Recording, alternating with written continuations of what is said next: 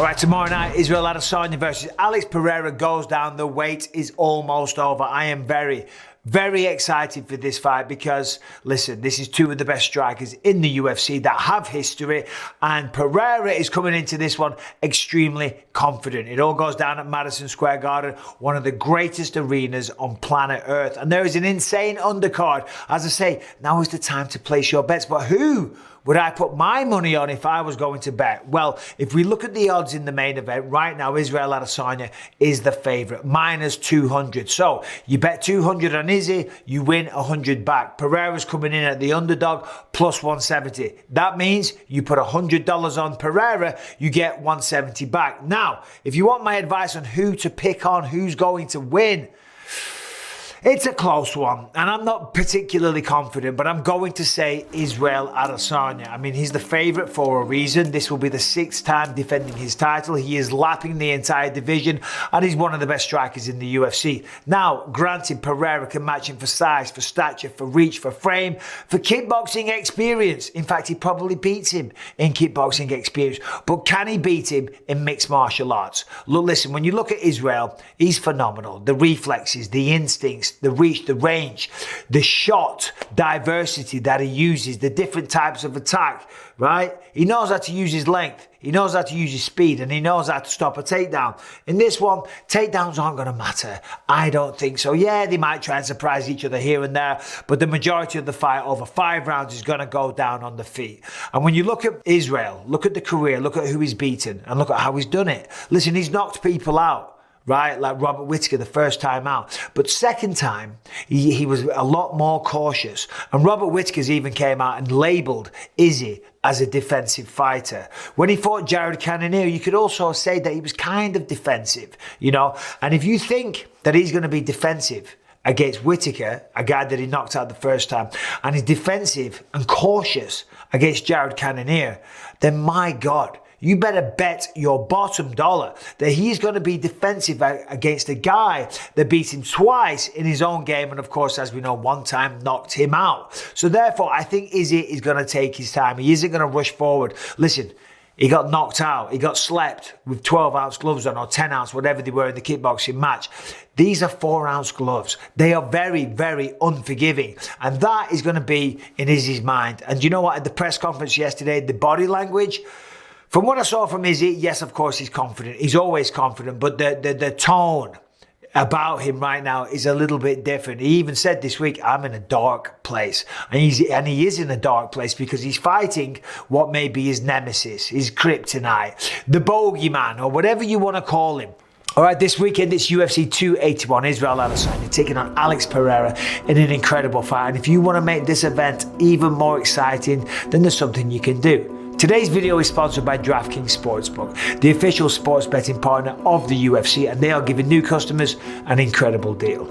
All you got to do, new customers, sign up using the promo code Bisping, bet $5 on either fighter to win before the fight starts, and you will get an additional $200 in free bets if your bet wins. Yes, an additional $200 in free bets in your pocket if your pre-fight wager of $5 or more on a fighter to win hits.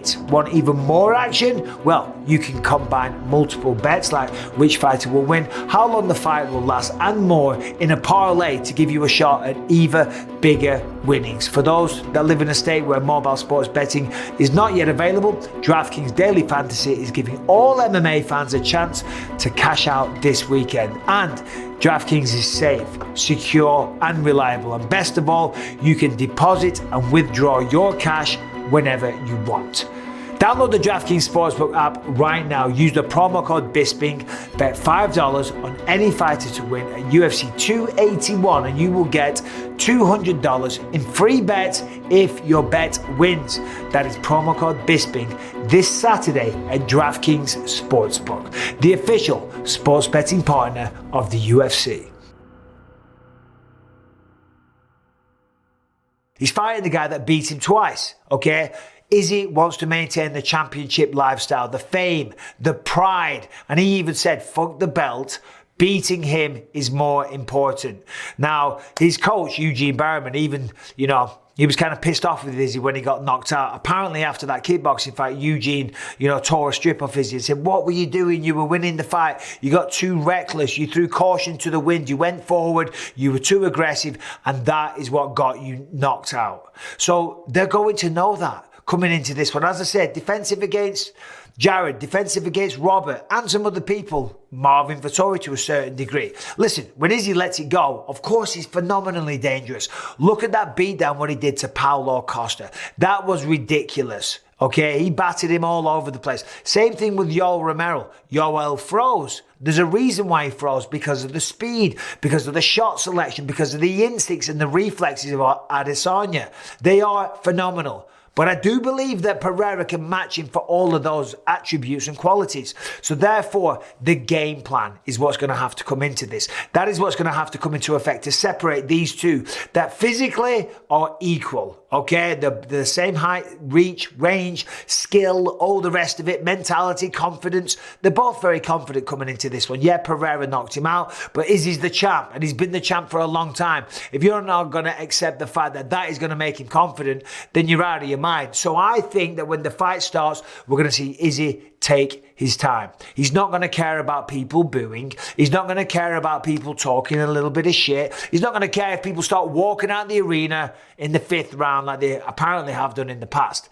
No, all that matters is winning this fight. And Adesanya will go to whatever lengths he has to ensure that when the dust settles, when the final bell rings, when Bruce Buffer raises the winner's hand, that will be the last style bender, Israel Adesanya. So he knows Pereira, I think, is going to come forward. He's going to be very, very aggressive. He's going to look to try and land that left hook. He's going to try and mix things up. He might even sprinkle in a little takedown here and there. But Izzy is going to be defensive. He's going to be like a cat waiting to strike on its prey. He's going to move out of the way. He's going to jab. He's going to jab. He's going to leg kick. He's going to look for openings. He's going to dance around. He's going to use that extra inch reach that he has to the best effect possible.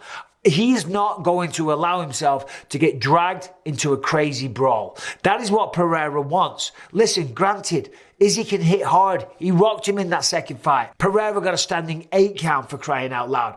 That is a good sign of confidence. But the tactics, the strategy, that is where Izzy messed up. He threw caution to the wind and he allowed himself to get into a brawl. If he brawls with Pereira, he's going to lose. So he's going to use all of that experience that he has. He's going to use the footwork. He's going to use the speed, which I think is faster. He's going to use predominantly straight shots and kicks, a lot of front kicks, push kicks, low kicks, high kicks, and a lot of circular movement. He will not allow himself to get backed up against the cage. He's talking about maybe his submissions, maybe taking him down. I think both guys might try and surprise each other with a takedown because this is mixed martial arts. But when the dust settles, I do believe Israel Adesanya will have his arm raised and it will be and still. Although Pereira, being the man that he is, if he goes forward like a crazy man, he could land that shot. But if he goes forward like a crazy man, very, very aggressive, the more he swings, the more opening he leaves, and the more likely he is to lose this fight. So my official pick,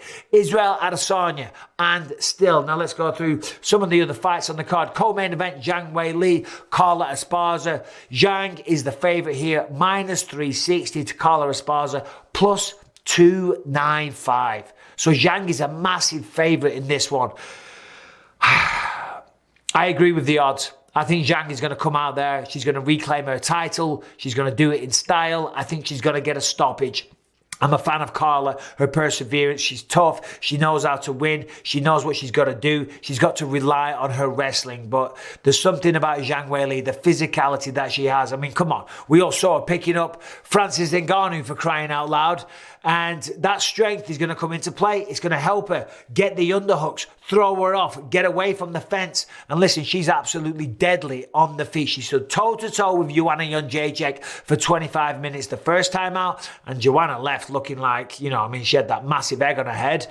And the second time out, she flatlined her. She face planted her with a spinning back fist. I believe around 3 minutes 3 minutes into the first round, she's going to start finding a mark, and I think it's going to be a quick finish for Zhang Weili. Look at what she did to Jessica Andrade. Jessica Andrade is one of the most violent fighters in the UFC, male or female, and again, took her out of there in record time. So there's my pick for that one. Now, the people's main event, Dustin Poirier, a massive -215, and Chandler coming in at +185. Did a video on this last week. I think Poirier gets the job done. For Chandler to win, he's got to go out there, he's got to use the wrestling, and he talked about it. He wants to get a win. He wants to call out Islam Makhachev. He wants to prove that his American wrestling is better than Islam's Dagestani wrestling. But to do that, he's going to beat Poirier. So I think he will lean on the wrestling, but I think Poirier is going to be prepared. He's going to stop takedowns. He's going to outbox him. He's going to glide in and out of range, and he's going to make it look somewhat easy. Dustin Poirier is a -215 favourite.